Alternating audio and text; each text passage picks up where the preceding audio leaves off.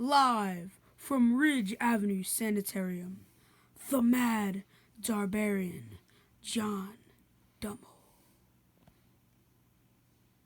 Good evening, warriors.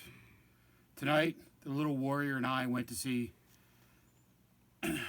Avengers 3, or as we like to call it, the Thanos backstory. Now, the Avengers 3 backstory, basically, with Thanos was who he was, why he wants to do what he's doing, and basically why this, at the end, means the end.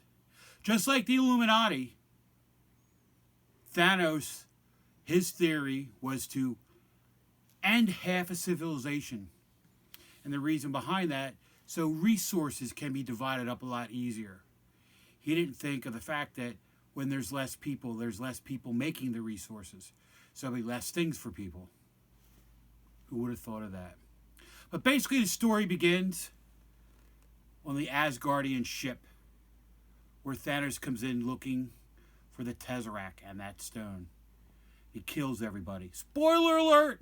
He kills everybody on that ship. He kills Loki.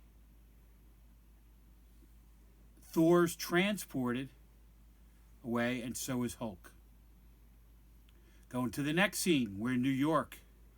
We're watching Thanos' ships come down upon Earth.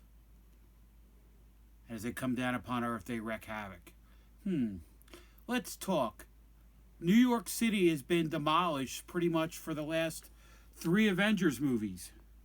If I lived in New York, I would move.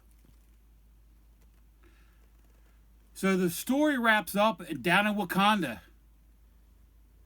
where Captain America and the rest of the Avengers fight Thanos' hordes. But Bruce Banner can't become the Hulk. He's having performance anxiety. He tries, and he can't Hulk out. Which pretty much screws up the entire backstory, because he could have killed Thanos with the snap of his own fingers. But he didn't. Meanwhile, Thor becomes splat on the Guardians of the Galaxy's windshield. They bring him in. Thor meets Peter Dinklage, who's a midget in every other movie except for this, where he's actually a huge dwarf. Huge dwarf.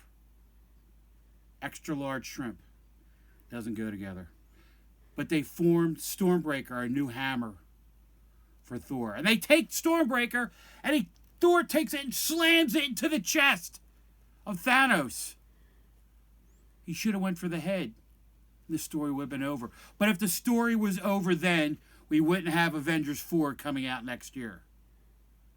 So all of you who are watching this, you are the half that's left. Because the other half has snapped away. I, John the Mole, the Mad Darbarian, with my very first movie review about this historical document called Avengers 3 Infinity War, give it 4 skulls of my enemies out of 5. Could only been better if it was worse.